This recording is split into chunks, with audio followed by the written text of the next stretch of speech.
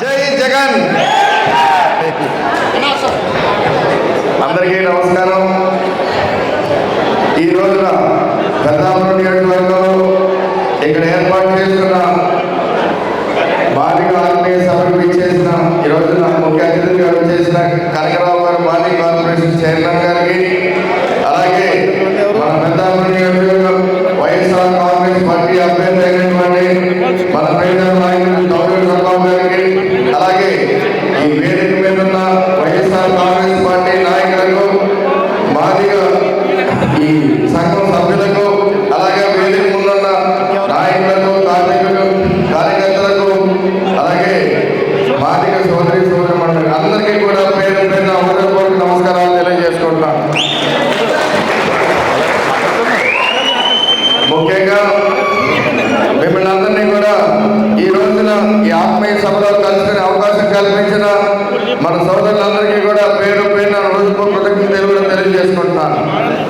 ఎందుకంటే రేపు మే 13వ తారీఖున జరగబోయే ఎన్నికలను ఉద్దేశించి మీ అందరినీ కూడా మేము అభ్యర్థించబోతున్నాం.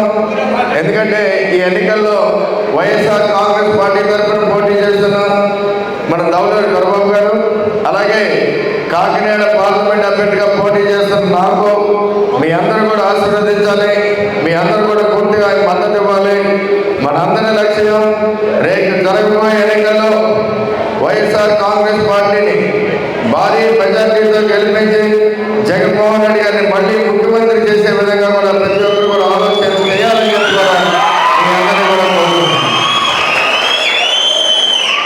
ముఖ్యంగా ప్రతి ఒక్కరు కూడా గుర్తు చేసుకోవాలి, గడిచిన 5 సంవత్సరాలు కూడా వైఎస్ జగన్మోహన్ రెడ్డి గారు ఏ మాదిరిగా ఈ రాష్ట్రాన్ని పరిపాలించారని చెప్పి కూడా మీరు అందరూ గుర్తు చేసుకోవాలి.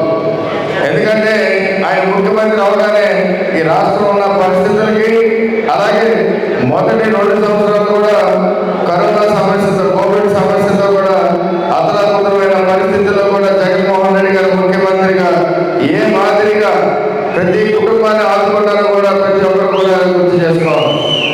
ఒక వాలంటీర్ వ్యవస్థను అప్పుడే ప్రవేశపెట్టి వాలంటీర్ల ద్వారా ప్రతి గడపని కూడా ఆదుకున్న విధానం అయితే కానీ, అలాగే ఈ రాష్ట్రంలో ఇచ్చిన సంక్షేమ కార్యక్రమాల ద్వారా ప్రతి పేద కుటుంబంలో చిరునవ్వు చూడాలనే ఆకాంక్షతో, అలాగే రాష్ట్రంలో పేదరికాన్ని శాశ్వతంగా నిర్మూలించాలి అనే లక్ష్యంతో ఈ రోజు ఇంత గొప్ప సంక్షేమ కార్యక్రమాన్ని భారతదేశంలో ఎక్కడా లేని విధంగా మన వైఎస్ జగన్మోహన్ రెడ్డి గారు ఈ రాష్ట్రంలో అందించారని చెప్పారు. ప్రతి ఒక్కరు కూడా గుర్తుంచుకోవాలి.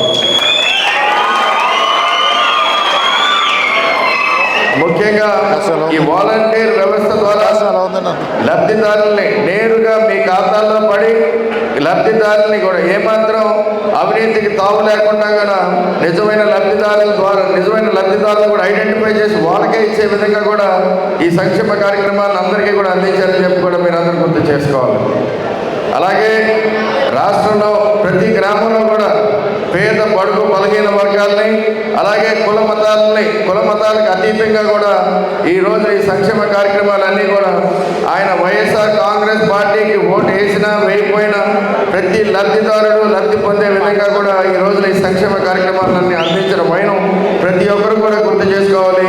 మీరు ఇంటికెళ్ళి మీ గ్రామాల్లో కానీ మీ బంధువులతో, మీ మిత్రులతో అందరికీ కూడా గుర్తు చేయాలని చెప్పి కూడా మిమ్మల్ని అందరికీ కూడా మానవించుకుంటున్నాం. ఇప్పుడు దాకా గడిచిన విధంగా, ఎందుకంటే 1వ తారీఖు నుంచి 3వ తారీఖులో పెన్షన్ ఇంటికి వచ్చి ఇచ్చే విధానం అయితే కానీ మీ సమస్యలన్నీ కూడా మీ గడప దగ్గరే తీర్చే విధానంగా, ఎందుకంటే వాలంటీర్ల ద్వారా మీ గడప దగ్గరికి వచ్చి మీకున్న చిన్న చిన్న సమస్యలు కానీ అన్నీ కూడా తీర్చిన విధానం కూడా మీరు అందరూ గుర్తు చేసుకోవాలి. ఈ అన్నీ కూడా ఇదే రీతిలో కొనసాగాలన్నా, మళ్ళీ జగన్మోహన్ రెడ్డి గారి గొప్ప పరిపాలన కొనసాగాలన్నా ఇవన్నీ కూడా మీరు గుర్తించి రేపు జరగబోయే ఎన్నికల్లో ప్రతి ఒక్కరికి ఇచ్చే 2 ఓట్లని ఫ్యాన్ గుర్తుపై ఓటేసి వైఎస్ఆర్ కాంగ్రెస్ పార్టీ గెలిచే విధంగా మా 2 అభ్యర్థుల్ని గెలిపించాలని చెప్పి కూడా మిమ్మల్ని అందరినీ కూడా కోరుతున్నాం.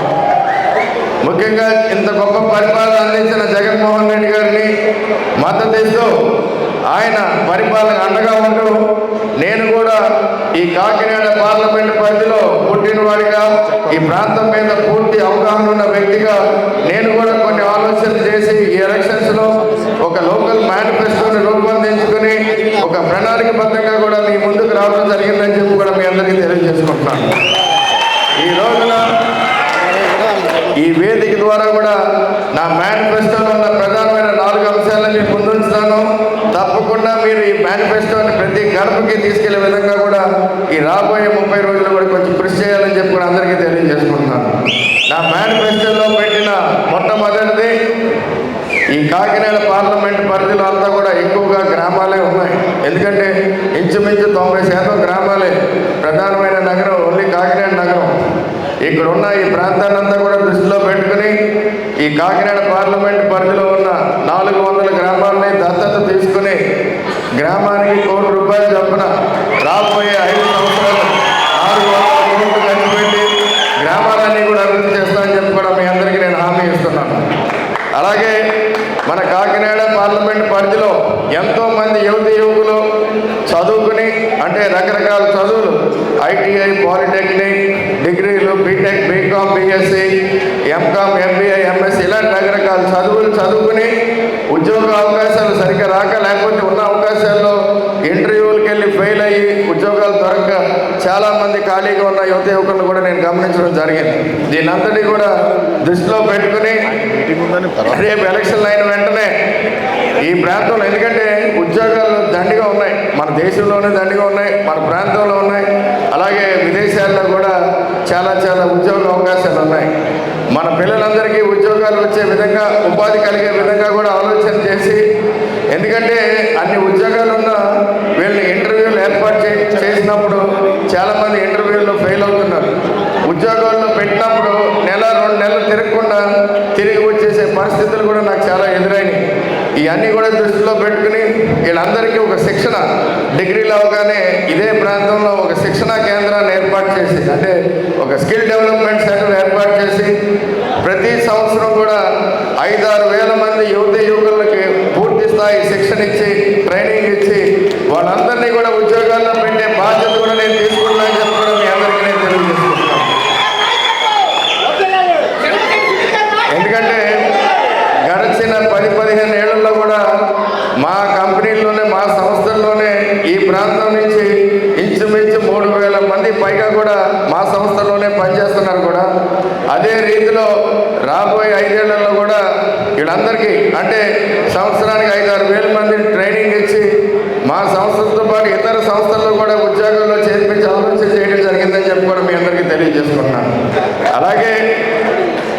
అలాగే ఈ ప్రాంతం అంతా కూడా పూర్తి స్థాయిలో అవగాహన ఉన్న వ్యక్తిగా ఇది పారిశ్రామికంగా కూడా చాలా అనువైన ప్రాంతం.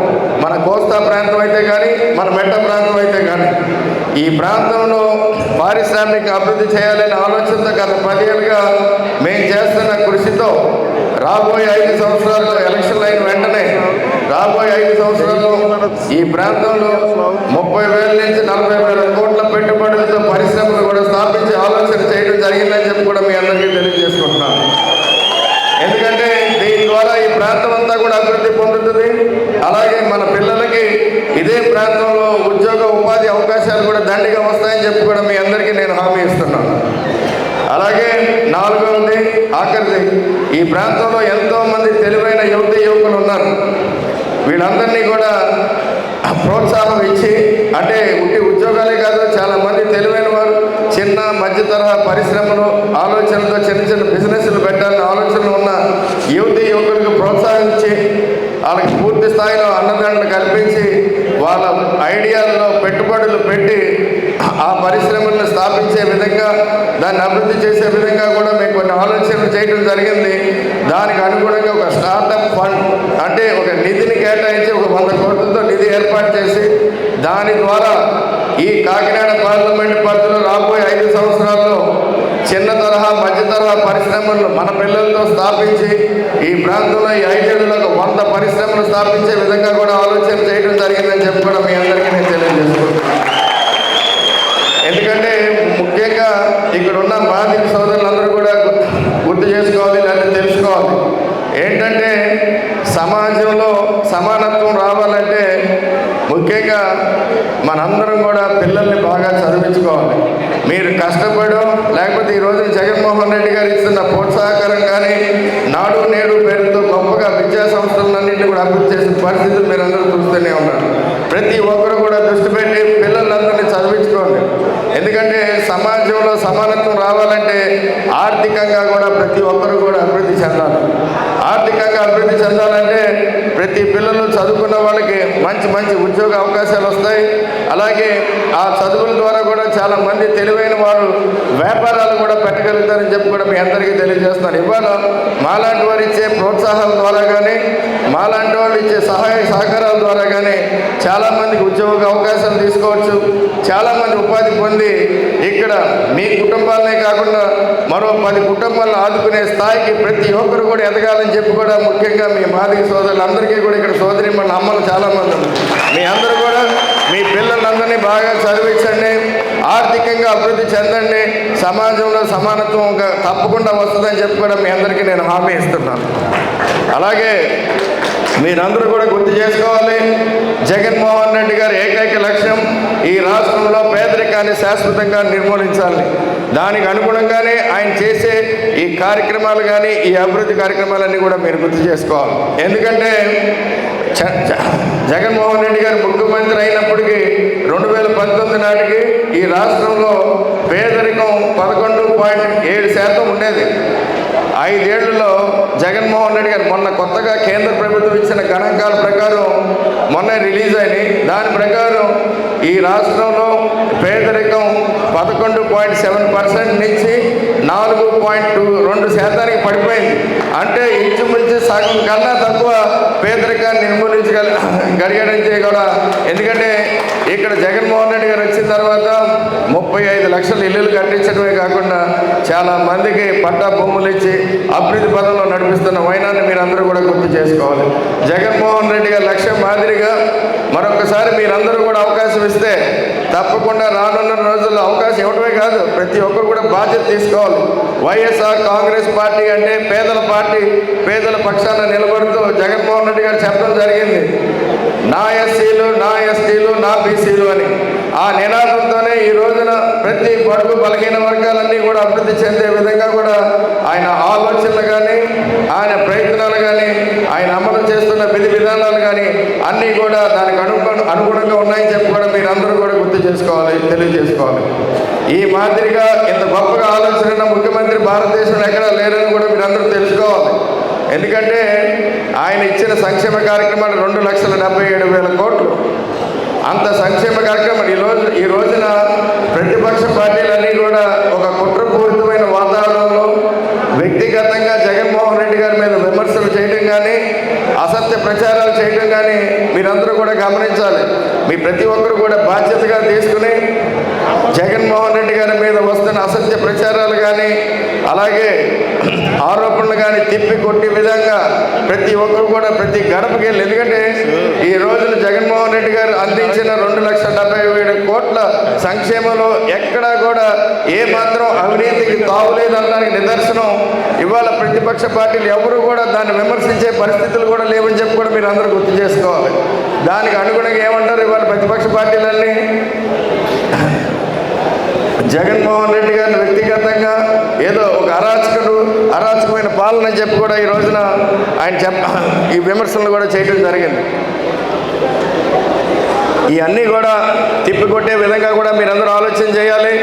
రేపు రాబోయే 30 రోజులు కూడా మీరందరూ జగన్మోహన్ రెడ్డి గారు రుణం తీర్చుకునే విధంగా కొంచెం కష్టపడండి, పార్టీ గురించి కష్టపడండి. మన పేదల పార్టీ వైఎస్ఆర్ కాంగ్రెస్ పార్టీ మళ్ళీ అధికారంలోకి వచ్చే విధంగా ఆలోచన చేయండి. జగన్మోహన్ రెడ్డి గారు మనందరి భవిష్యత్తు కోసం ముఖ్యంగా ఈ రాష్ట్రంలో ఉన్న పేదల భవిష్యత్తు కోసం మళ్ళీ ఆయనే ముఖ్యమంత్రి రావాలనే విధంగా కూడా ప్రతి ఒక్కరు కష్టపడండి. రేపు జరగబోయే మే 13 ఎన్నికల్లో మీకు ఇచ్చే ఓటు అనే ఆయుధాన్ని వాడి ప్రతి ఒక్కరికి ఇచ్చే 2 ఓట్లు అంటే జగన్మోహన్ రెడ్డి గారు 130 సార్లు బటన్ నొక్కి మీ ఖాతాల్లో నేరుగా డబ్బులు వేసిన విధానాన్ని గుర్తు చేసుకుని మీకు ఇచ్చే 2 ఓట్లని 2 బటన్లు నొక్కి పెద్దాపురం నియోజకవర్గంలో మన దౌలూరి దొరబాబు గారికి ఎమ్మెల్యేగా ఓటేసి, అలాగే కాకినాడ పార్లమెంట్ అభ్యర్థిగా నాకు ఓటు వేసి ఇద్దరిని కూడా అఖండ మెజార్టీతో గెలిపించాలని చెప్పి కూడా ప్రతి ఒక్కరిని కూడా పేరు నేను అభ్యర్థిస్తున్నాను. ఈ రోజున ఈ కార్యక్రమానికి వచ్చేసిన ప్రతి ఒక్కరికి కూడా చేతులు జోడించి శిరస్సు వహించి నమస్కారాలు కృతజ్ఞతలు తెలియజేసుకుంటూ ఇంత మా కోసం మమ్మల్ని కలవడానికి ఈ సభకు వచ్చేసిన ప్రతి ఒక్కరికి కూడా పేరు పేరున కృతజ్ఞతలు తెలియజేసుకుంటూ సెలవు తీసుకుంటున్నాను. జై జగన్, జై జగన్, జై జగన్. ఈ రోజున ఇక్కడ పెద్దాపురం నియోజకవర్గం నుంచి ధవళేరు దొరబాబు గారిని ఎమ్మెల్యేగా, అలాగే కాకినాడ పార్లమెంట్ అభ్యర్థిగా నన్ను